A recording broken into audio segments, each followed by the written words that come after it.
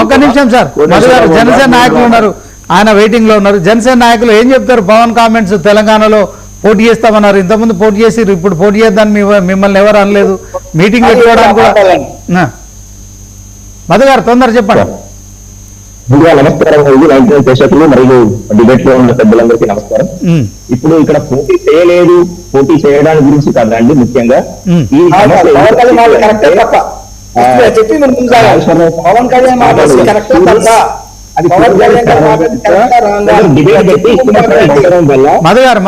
తెలంగాణ నాయకులు కూడా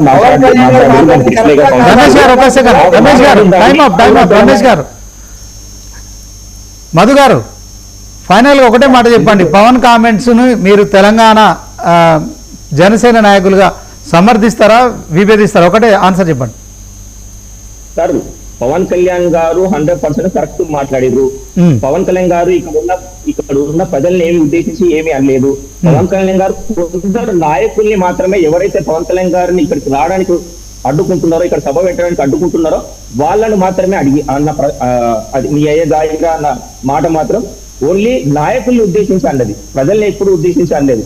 నిన్న ప్రెస్ మీట్ లో మళ్ళీ చెప్పారు, తెలంగాణ 100% భూమిపుత్రుల ఇది జాగిరిది, ఖచ్చితంగా తెలంగాణలో పోటీ చేసే ఆంధ్రలో వచ్చి పోటీ చేయరు. ఇక్కడ ఉన్న జనసేన నాయకులు ఎవరైతే మా ఇన్ఛార్జ్ బీసీ బిడ్డ శంకర్ గౌడ్ గారు మా ఇక్కడ నుంచి పోటీ చేస్తారు, లేకపోతే ఇక్కడ ఉన్న మిగతా నాయకులు ఆల్రెడీ మేము అంతకుముందు కూడా పోటీ చేసినాం.